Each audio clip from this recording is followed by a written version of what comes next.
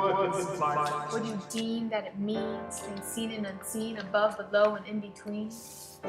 We seem to understand it, to get a hand on it, with our dreams we've planned for it and our schemes we demand from it. And then what? Coming to the last scene, hanging at the end of our life by a simple string of thread, and then bam, dead loss done in the blink of an eye. Our life is but a whisper of breath, and then death. So here's the puzzling question that everybody comes to at some point. Where do we go once we're quote unquote dead? As in kick the bucket, pushing up the daisies, biting the dust so to speak. Can you live a life after you're not alive? A life after death but not death? Just think. What thoughts unwind in your mind? Sometimes you just expect these things to be laid out on a lined sheet of paper, offering the answers to those deep questions. But it's not that easy. You need to take a stance, to dig deep and glance at the possibilities. It requires examination and investigation to build that foundation and ultimately to find an explanation of what's beyond this life. But first, we must ask ourselves, who am I? What am I? What XYZ variables to the power of 23 times the change in E equal me? Me, a bodily mass of flesh and bones, 2 eyes and a nose, yes, this is known. But what of a soul?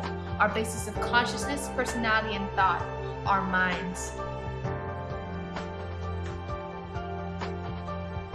Some say we only consist of a body, a complex living material thing that lives, gives, reflects, objects, creates, negates, has dreams, and does lots of stuff.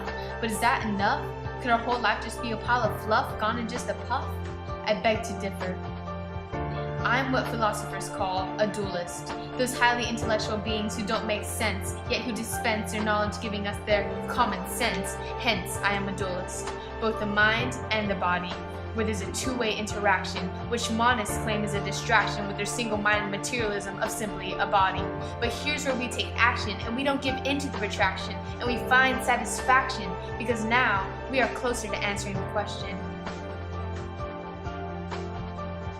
Our bodies decay, passing away our physical being, but our souls, could they exist beyond our life, beyond our hurt, beyond our strife? The maker of heaven and earth says yes. Reading from his word, Revelation 21.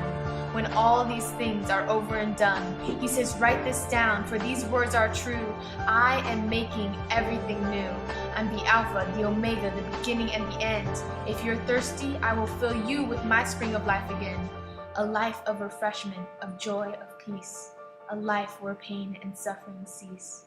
Life through his flesh, his body's death, that we may live.